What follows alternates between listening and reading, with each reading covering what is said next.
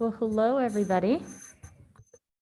I am going to call this meeting to order. And clerk, will you please call the roll? Agent. Here. Clegg. Here. Halliburton. Here. Sanchez. Here. Thompson. Here. Woodings. Here. All present. Wonderful. Do you need to make a motion I to amend the have a agenda? motion to make, Madam Mayor. Thank you. Madam Mayor, I move we amend the agenda to include the reading of a proclamation for the Navy Week as the first item on special business. This item is information only and does not require council action and was mistakenly left off the agenda when it was published. Second. Oh, great. Okay. So you'll have to listen to a couple things in our council meeting first. Sorry. All right. So just for those of you that are watching online, and we have Councilmember Woodings that had to be with us through Zoom today. We have Admiral Beal, excuse me. I was about to say Admirable. It's Admiral Beal. And the commander and some of the crew of the USS Boise here with us today for Navy Week. And so we'll have a proclamation and some words said under special business just shortly, but it's wonderful to have you all with us here in the chambers. Thanks for joining us. And of course, thanks for being here in the city. And with that, I'm going to ask that we move as quickly as possible through items 2 first, which is a request for approval of minutes. Madam Mayor, I think we do need to vote on the motion on the. Oh, thank you. Excuse me.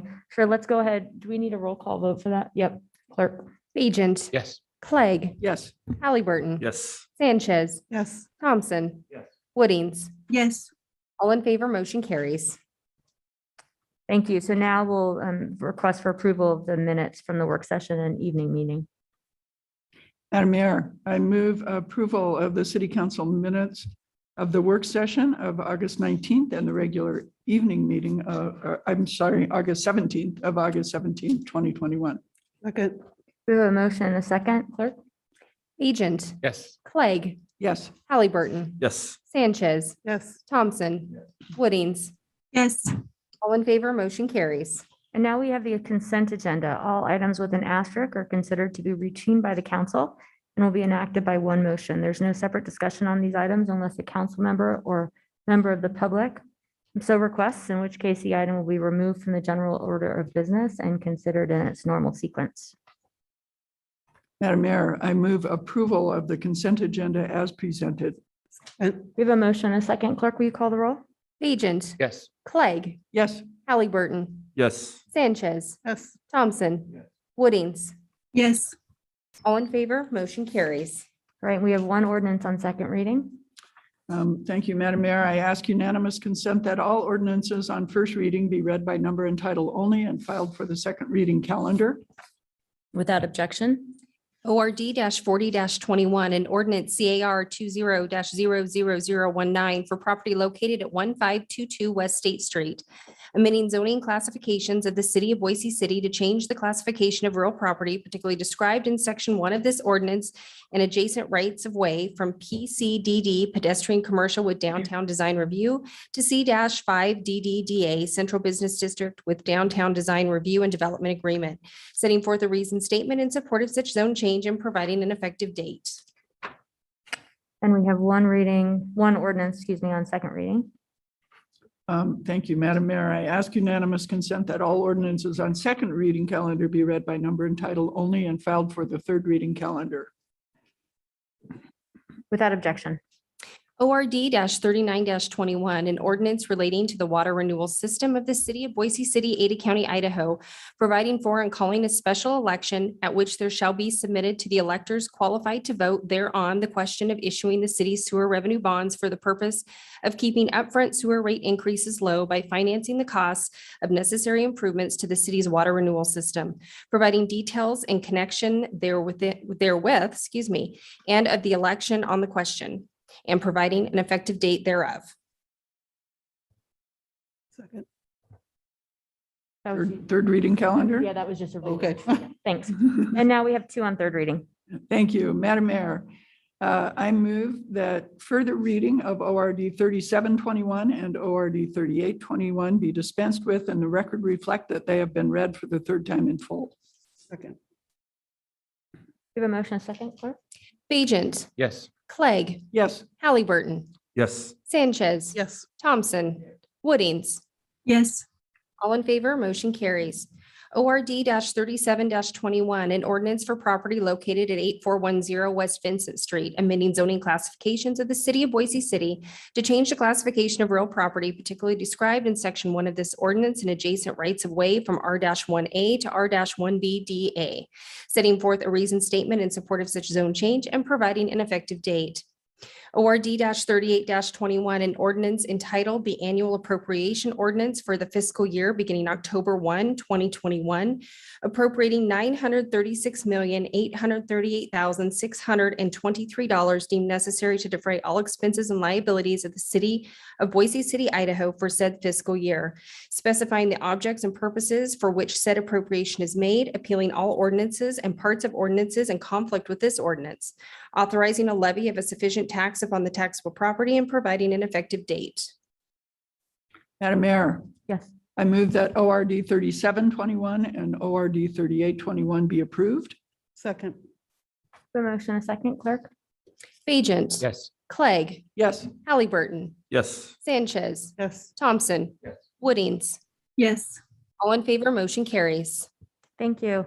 And now we are to special business. And so first off, we have a proclamation reading related to Navy Week. And I said at the beginning, but I just want to welcome you all again. It's the community loves having the members of the Navy here for Navy Week.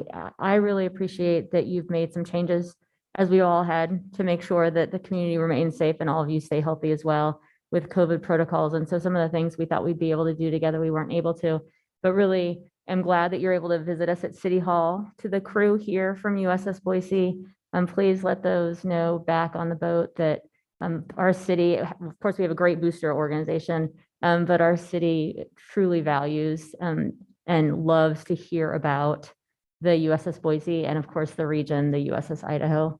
And it's wonderful to have you all here for that. And to that end, I also want to say too, that, we have a lot of Navy veterans in our own ranks as a city. And so that relationship that we have between the armed forces and that create great hires that then come and continue their service to their country by serving their city is really important to us.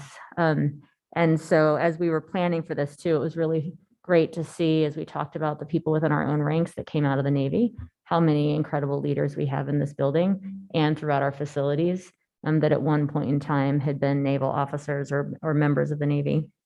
I'm going to read this proclamation and then would invite all of you for one more picture with council. You can either do it right here in front of the dais, or if we want to go back to the logo, we can do that. But I believe that there's some folks that wanted to do that. So with that, I'm going to read from a piece of paper where it's a little easier to read, and then happy to hand this over.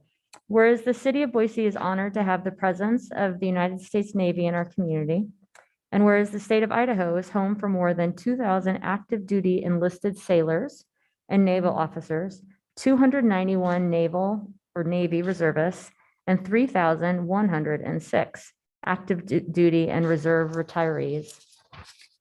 And whereas the United States Navy is instrumental in ensuring the safety and security of $3.4 billion in annual exports from the state of Idaho, and whereas the people of Boise take great pride in supporting our namesake vessels, the USS Boise and the USS Idaho, and whereas the Boise Navy Week hosts special events and programs for the state to increase the community's knowledge and understanding of our Navy and its global mission, and whereas Boise Navy Week includes publicly available events throughout the city, now therefore I, Mayor Lauren McLean, do hereby proclaim the occasion of the aforesaid events to be United States Navy Week here in the city of Boise. And then I want to present this original one to go home with you all. You do whatever you want with it, but we have one to hand for you, and then we'll take a picture.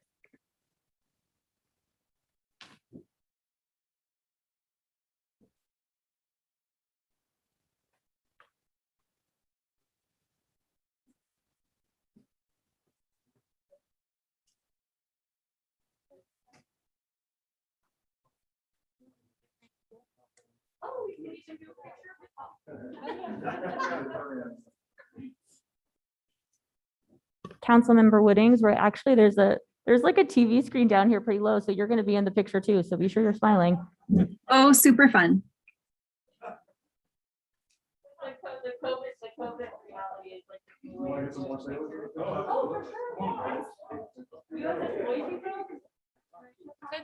Could the Navy people possibly stand behind there? Yeah. Just maybe the people in uniform, some of the police sailors. You're welcome to take that chair as long as you want. You've had enough, is that what you're saying?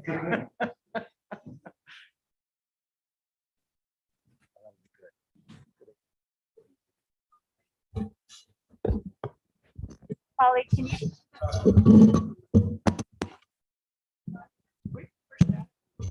Holly, are you able to hear us? I can now. Okay, great. I just turned on a mic near my head. I'll tell you when we're about to take the picture. We're setting up right now. I don't know if you can see us, but we're setting up right now behind the dais. Yes, I can see you. I'm just smiling no matter what. Okay. I'm standing in front of her though. Oh, TJ. Am I? Just a little. There you go. Thanks, good catch. Okay, ready? 3, 2, 1.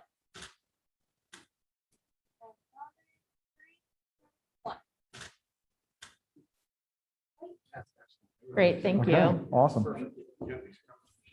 Thank you. I appreciate it.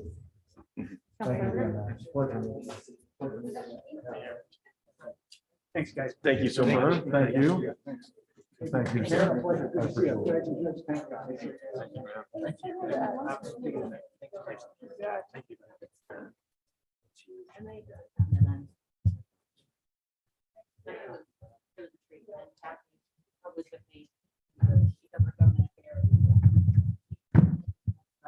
sir. I appreciate it. Yeah, yeah. Chris is a good guy. And a good, nice thing about you. And I present both more. So it's tedious. But I went down. We're doing well, like you were. You guys signed. That's either part. That's the right one.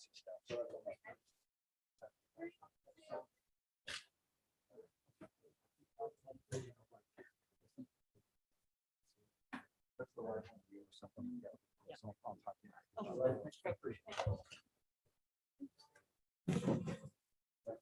We just decided we're putting a proclamation on hold.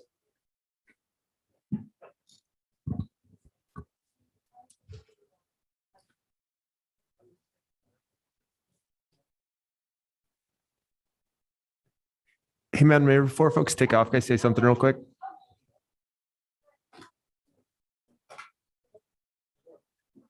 Hey, before you all take off, I wanted to say just thank you for coming, but I wanted to share just a really quick story.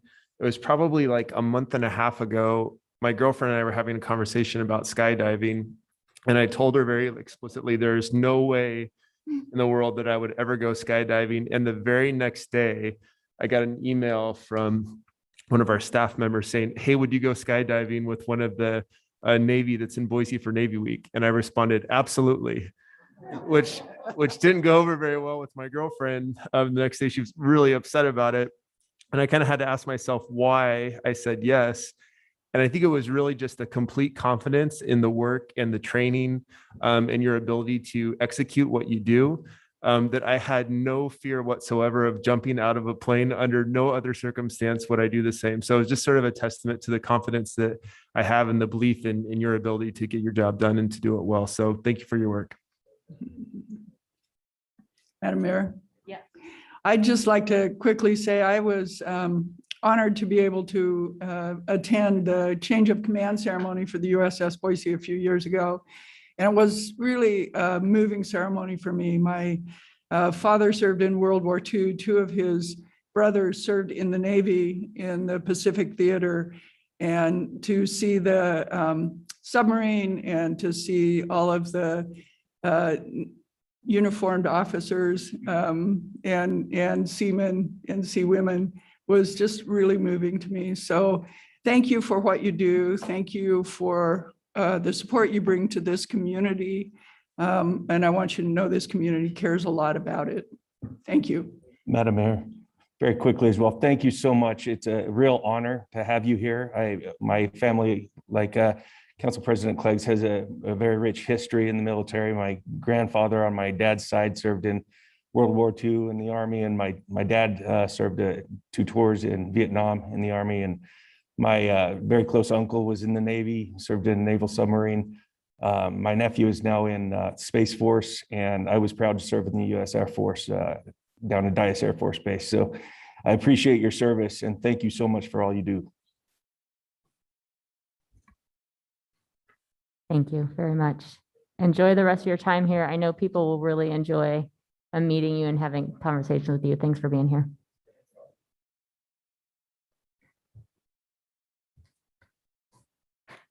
You know, it's funny, I had a similar reaction to the conversation about skydiving. My staff was like, there's no way she'll do it. I'm like, oh, yes, I will.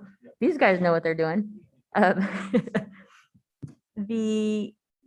Now we have a COVID update. We've thought it was important. Hi, Chief. Thanks for being here. To bring these back on a regular basis now that our community and our hospitals are confronting Delta, and have put together a list of indicators that I'd like the chief and the emergency response team to be looking at on a regular basis and then sharing with council. I think what's important right now as we look at this is, and we address the pressing needs, Chief Niemeyer will probably walk through some of the objectives that we have, that council be aware of the data that's coming from our wastewater, which of course is public, the hospitals, other places, know a little bit about staff and the pressing community needs so that we can, at the very least, be prepared to make decisions as they need to happen. And also recognize that, you know, as COVID has taught us, this is constantly changing. So just like it was referenced, there were some events this week with Navy Week that I appreciate that the Naval Command decided that best not to do, or to do differently. And as the data changes, as we hear more from hospitals, as we see what happens, as schools open, there could well be just different service delivery that we see is needed, just like we saw last time around when schools needed to have our help with meals and other things. So this is not designed to propose any policy changes or actions at this point, but to keep council and the community updated so that we're all seeing the same information moving forward. So appreciate you being here. Madam Mayor, members of council, great to be here this afternoon. We're having a little bit of a computer glitch. So I'm going to improvise just for a second while we get the IT folks to take a look at this and get the presentation up. But I think as the mayor alluded to, what I'm going to cover today is just a little bit of the data that we're seeing with regards to COVID, a little bit of the Delta variant, cover a little bit of the other variants that we know are out there for public awareness. Talk about where people can go to find the right information as they make decisions moving forward. Some updates from the CDC, also some of the priorities that the mayor just alluded to. We have 6 priorities that our city team is focused on and meeting objectives to. And those objectives are clear enough and concise enough that regardless of strain and the ups and downs of strains, those objectives will stay our true north. And I heard Maureen talk a little bit earlier today when we were talking about housing of true north. So while we're getting that up, I do want to talk about one of those objectives that I don't need the PowerPoint presentation for and the slides for. And those objectives, that one objective that I think should always maintain as one of our true norths is to support the healthcare system. We know that as COVID is on the rise, so too are the admissions into our healthcare system, our hospitals. And that has a trickle-down effect, not a trickle-down effect, a trickle-down effect to even our EMS providers, our firefighters, our paramedics, and our EMS system. And I would like to say it never happens, but quite honestly, what I'm about to tell you just happened in the last 7 days. So as we talk about CCU, which is critical care units, and ICU, which is intensive care units, bed availability, that's twofold. That's the number of patients going into those ICUs and CCUs. It's also staff available to then treat and help treat those patients. Those patients are critical, meaning that the hospitals, the doctors, the nurses that are staffed in those units, they have to take a lot of time to treat these patients. They're usually on machines, they're on medications, they're on ventilators, on drips, et cetera, et cetera. When that gets at capacity and that gets full, some of those patients then that are less critical get moved to other areas of a hospital. For example, a med surg floor. And I'm proud to say my daughter is has now graduated from college and has her first job at St. Alphonsus here in Boise. She's on the med surg floor. And so now there's a trickle down effect where some of those patients are trickling down into other areas of the hospital like med surg. That then has a trickle down effect, and some of the less critical med surg patients have to go somewhere. And oftentimes those patients go into other areas of the hospital where you have staff on site 24 hours a day. One of those places is the emergency room. So when you trickle down into the emergency room, you now have less capacity between the nurses and doctors in the emergency room to accept all the patients that would normally come into an emergency room. And that's where our EMS system comes into play. When our paramedics on the ambulance and our firefighters going in on that ambulance are taking patients in the emergency room, there are times where the emergency rooms are so full, they come to what's called bypass. It means that they can only handle the most critical of patients, and anybody else less critical, we have to find somewhere else for them to go. And that means another hospital. That could mean another hospital here in Ada County. But if they're all full, that could mean another hospital in an adjoining county. We're now taking patients to another county simply to find an emergency room that is able to accept them. That is the trickle down effect that happens when we talk about what's usually in the news, and that's ICU, CCU bed availability and capacity. We're talking about the trickle down effect of healthcare that ultimately ends up affecting us. So now you talk about our paramedics and our EMS system, which I'm very familiar with.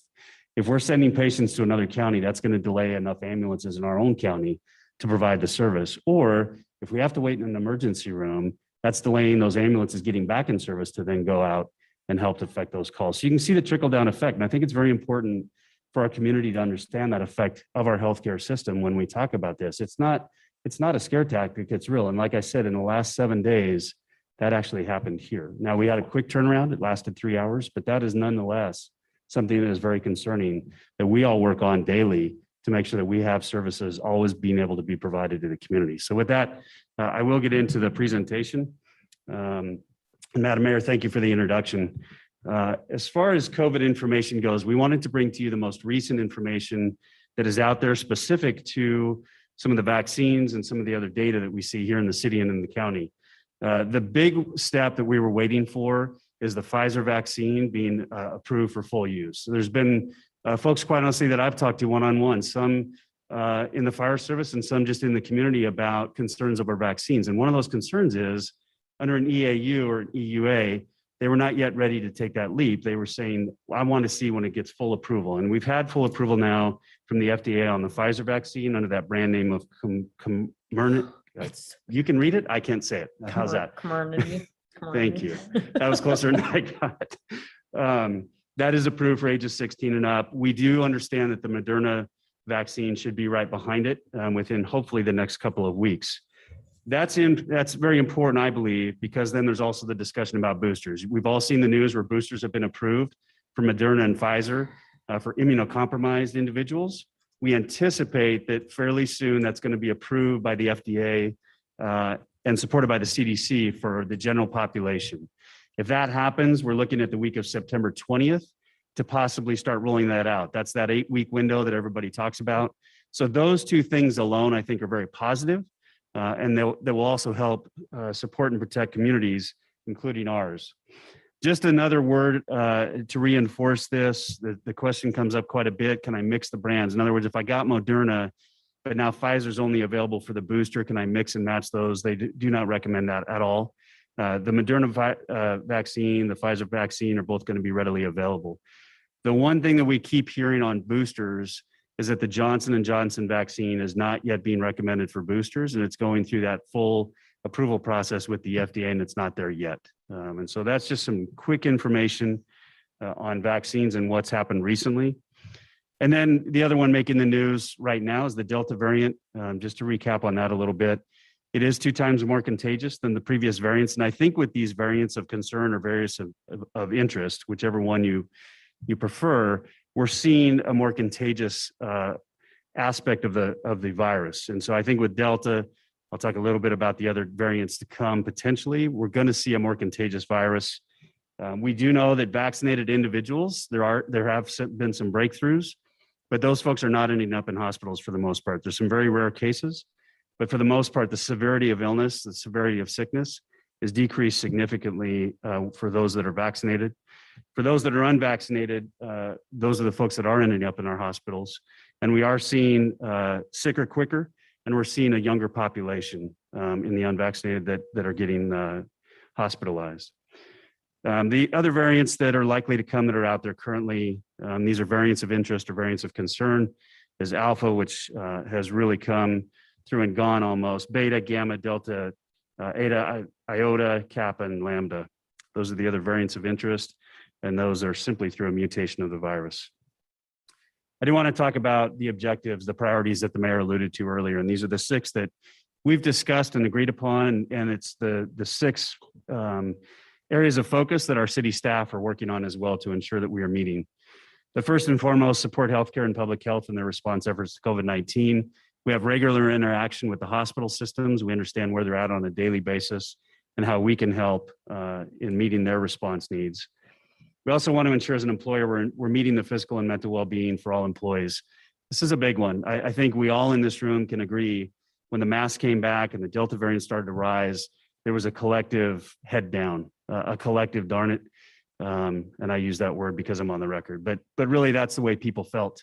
That takes a mental health toll on folks. And so we want to make sure we're communicating with our employees at all times, that we can understand how we can be there for them, as well as ensure their physical well-being and their safety. We want to make sure we're effectively communicating COVID-19 related information to staff, residents, visitors, businesses, and the media. We want to ensure that all efforts are inclusive of the rights and the needs of vulnerable populations and persons with different abilities.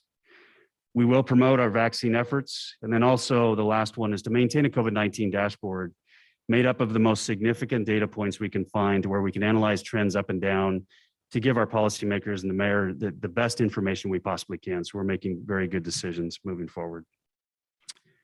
Some current data, and again, I will just say this, data is data. It's numbers. It does tell a story, but it has to be taken in context. So there is a bunch of different data points we could look at.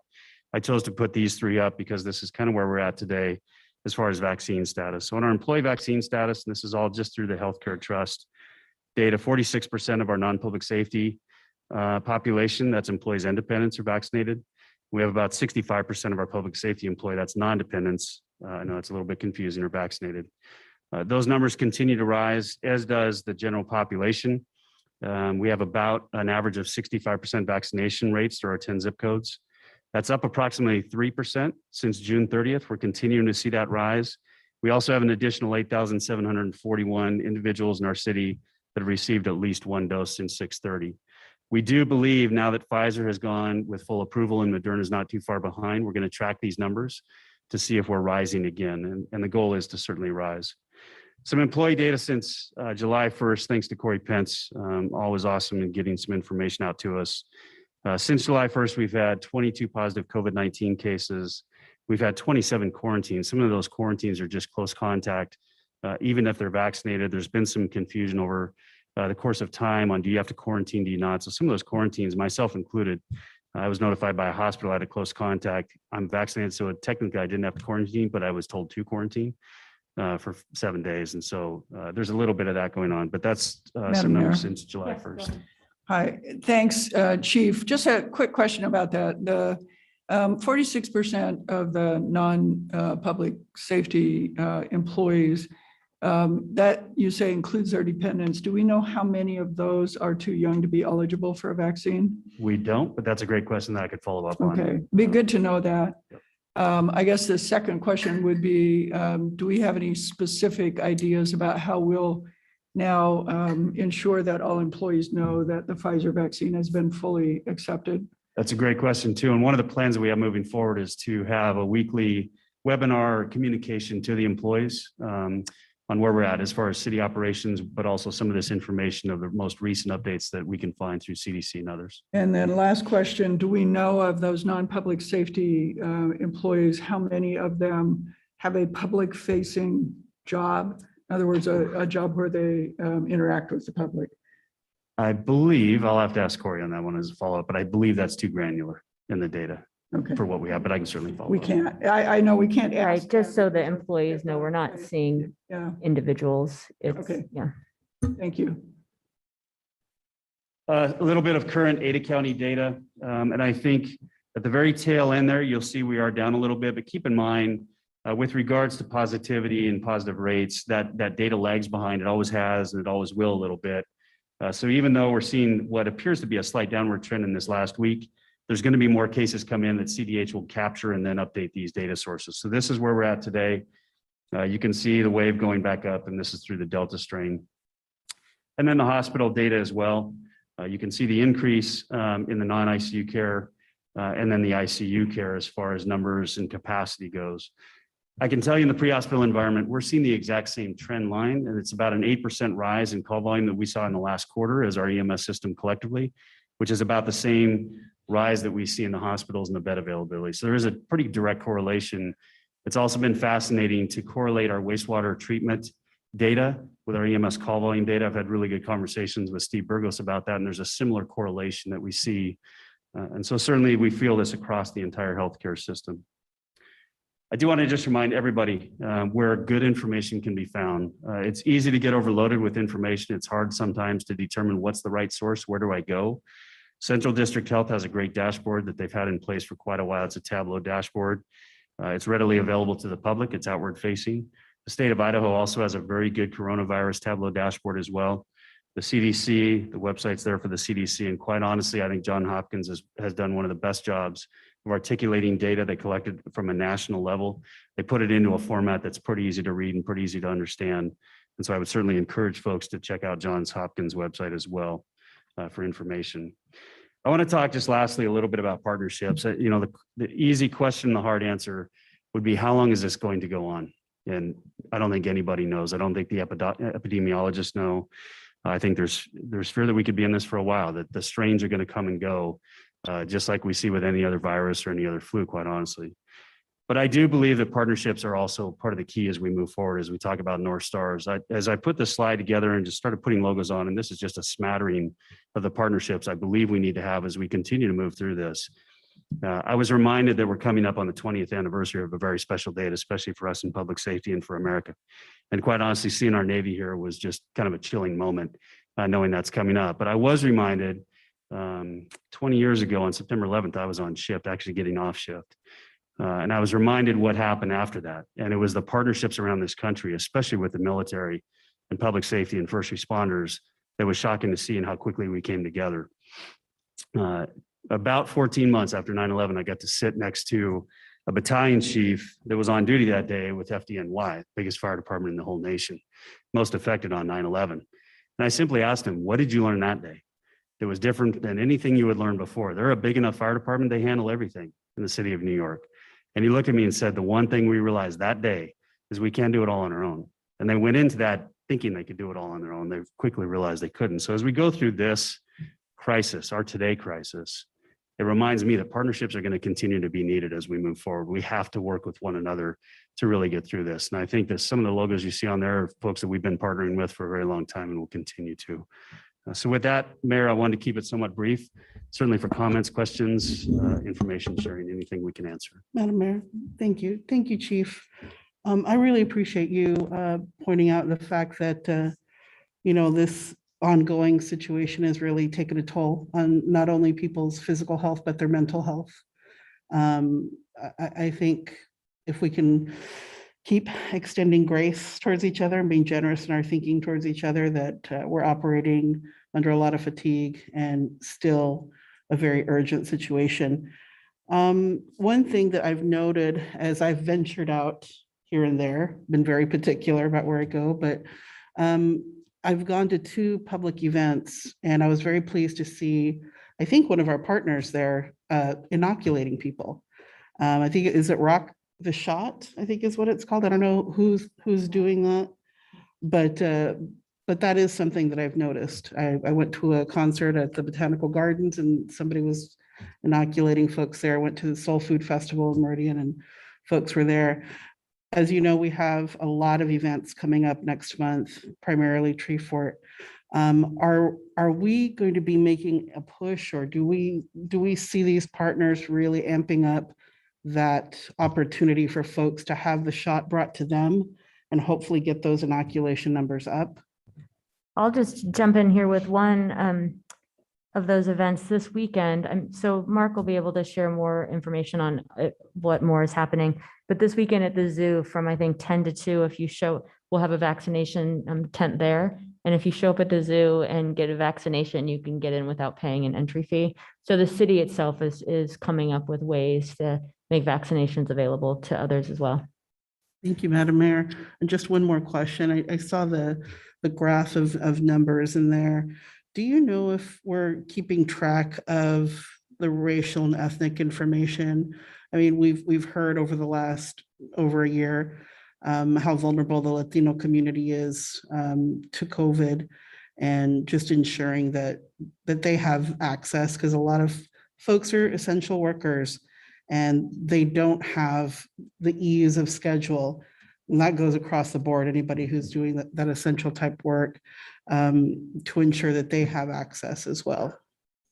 Yeah, Madam Mayor, Council Pro Tem Sanchez, the information, the data is out there. Getting the data is a little bit harder. People like to sometimes hang on to that data depending on what agency they are and at what level. We're certainly making a push to the state, and so far they've been responsive to that, to grab some of that information, that data. We cannot do good public outreach unless we know where the challenges are, right? That's what data tells us. And so we're really pushing hard to get that data. Thank you, Chief. Madam Mayor? Yeah. Chief, you showed the graph of ICU and non-ICU over time, and I noted that the ICU is a much steeper curve than it was the last time. Like you, I've read the data that says that people are getting sicker quicker if they're not vaccinated from this variant. Is that a reflection of that? And I guess more importantly, what does that mean in terms of ICU capacity? Great question. I think that the graph, I want to make sure it's not misleading. I think it's a culmination of a few things, right? We're in summer. So technically, if you think about injuries and illness, sometimes our most critical injuries happen in the summertime that require ICU, CCU hospitalization. And then you add on the layer of COVID on top of that. Some are coming in with COVID, but with other primary injuries. Some are coming in with primary COVID diagnosis. So it's the two coming together that are really filling those ICUs and CCUs and the capacity there. We do have a great plan in place. We basically exercise that the first go around, where we can set up mobile field hospitals. That's where our EMS system gets involved as well. So we can add capacity, but the frightening thing right now is how quickly that capacity was gained, I guess, for lack of a better word. So I don't know if that answered your question directly, but we're tracking it through those daily calls, and how can we assist? How can we be a part of the solution when it comes to that capacity challenge? Yeah, thank you. I just think it's important for people to be aware that this is acting differently this time, and it could have a different impact on our healthcare capacity and our response to it.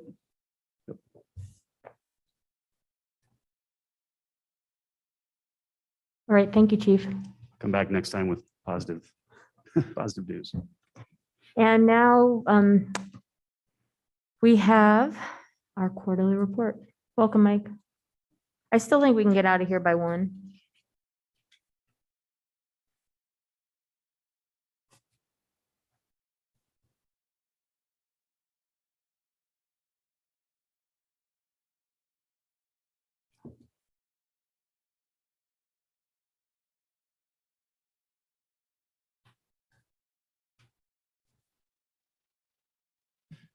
Madam Mayor, council members, good afternoon. Mike Schrack from Budget Office. I have the Q3 report. You should have received a electronic copy of the report. This is the cover. It's from World Refugee Day, I understand. And first, just talking about some of the numbers, general fund revenues. In a nutshell, our revenues have largely returned to normal ranges and levels. 3 of them, I guess, property tax is the big one, always worth talking about. It is tracking as it normally does. The levy amount is lower this year due to the state's grant initiative program, which we participated in. But 3 revenues that are up, sales tax, development fees, and liquor tax have all significantly above budget. Sales tax and development fees, as I talk about later, we have conservative budgets there. That is part of the issue, but nonetheless, sales tax is doing very well, as are development fees and liquor tax. Three revenues which are lower or down. Park user fees are coming back. They've done well. We reduced the budget, but they're not where they were, say, 2 years ago. Fines and forfeitures are similar. Parking is coming back, is getting close to trend, but is still not quite there. But all in all, things are tracking close to normal ranges. On the expense side, kind of in a nutshell there, expenses are probably tracking a little bit below last year. Personnel cost is slightly lower in terms of percent of budget expended. We're at 70%, 71% last year. We had significant vacancies last year. We're probably even a little bit higher this year with vacancies, just with the labor market quickly getting very tight. One item there is bus operations, which is VRT payments. Some payments have not been booked yet for VRT. Some of those are likely going to be used in other ways for transportation, but that is normally something paid early in the year, and we're only at 30% of the budget. That is largely responsible for our maintenance operations, only being half spent at this point. So again, expenses are trending a little bit lower than last year. And staffing costs are lower staffing costs are a big part of that too. So looking ahead to end of year, 1 quarter away, we are anticipating significant end of year funds. Last quarter, I mentioned we may be doing some budget changes, and then what we did in the budget is we ended up planning to take some carry forward funds into next year at year end, and then using that to pay off some of the city's general obligation debt. So we are going to plan for that. And given the conservative revenue budgets, particularly sales tax, development fees, again, we're expecting to have significant leftover funds there. And then the significant staff vacancies and some budget underspend that goes with that. And that is due to, again, with fewer staff, we don't do as much travel training, and COVID has also affected that. We also have some buildings which are not open as much, saving some costs. So we're just having some cost savings throughout our financials that are showing up. And what we are looking at for next year is 17.4 million of carryover funds. And then about 14.3 million of that would go towards some debt repayment, or that is the plan anyway. And it is possible, this is very challenging to forecast with things moving around and shaking out. It is possible there could be some additional year-end funds on top of that.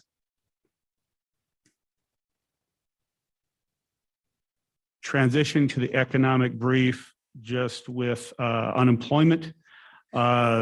As I mentioned a couple minutes ago, the labor market has quickly tightened. The graphs are ski hill type of graphs, where last year things fell and then they've been working their way back. And now the market has gotten tight quite quickly. During the quarter, April to June, unemployment went from 3.6%, fell to 3%. July came out the last couple of days, that was 2.7%.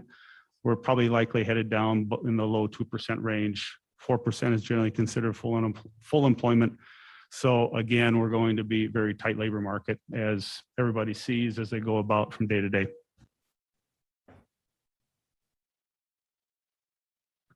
Also, we just always look at other cities, particularly in the West and the Northwest, and Boise and Salt Lake. This is the metropolitan statistical area, a little bit larger area than Boise. But we're at 3.2%, as is Salt Lake City. And that ties for 18th out of almost 400 MSAs in the country. So we are doing better than many other places. There's improvement throughout the country, throughout these other cities, but we are doing quite well, as we were before the pandemic. In general, just some highlights from the economic brief. Employment is tracking closely to 2019 levels. I'll show you a graph on the next slide. It just indicates we haven't grown from where we were before, but we're kind of back where we were. We probably have some businesses which have shut down and some changes, but it is tracking closely, and we will see when we start getting some growth and move forward from where we were before the pandemic. Development activity, as far as we can tell, has returned to a high level. PDS is very busy, lots of construction. Again, this goes with the low unemployment. There are jobs to be found in construction, and things are continuing to pick up there and back to where we were again. Housing inventory is improving. It is still low and mortgage rates remain low, but there is some sign of some change there. But again, we're still talking pretty low levels. The median home sales prices in Idaho rose 34% from June to June, an extreme number. No surprise there. The next closest states were Montana and Arizona at like 26%. So very large increases as we have seen. Sales tax also is presenting an extreme number. The numbers for revenue sharing in the second quarter increased 20%. And if we look back at the same quarter the year before, it was 36%. These numbers are so high, I have to keep going back to see that I didn't miscalculate something. But it shows, again, very high numbers. It's due to the economy doing well. It's due to immigration. It's due to stimulus. It's due to things just coming back. It'll have to slow down. But again, some very large numbers, a lot of volatility in the marketplace. And again, just so you know, we were limited to 1% growth due to some new legislation. But last year, sales tax did hold up. So our budget is low as a result. And we did get growth a year ago as this was starting. Airport traffic improved during the quarter. June was nearly equal to June 2019. And just saw July numbers today, and I have that on a graph on the next slide, and there was about 10% growth over July of 2019. So new flights and things, air travel is coming back very quickly. Then another kind of extreme number, consumer sentiment dropped significantly in August, a week or two ago, to a 10-year low. The Delta variant has something to do with that, and concerns about the economy and other things. Wearing off of the stimulus payments probably has something to do with it as well, along with concerns about inflation. So again, just lots of things still settling out. For the year, gross domestic product is projected to grow 6.6%, a big comeback from declining last year, and then also grow 5% next year. Some of that has been softening lately, but things still look to be good as far as a trajectory for growth. So in sum, economic conditions are generally favorable. There's just lots of this variability.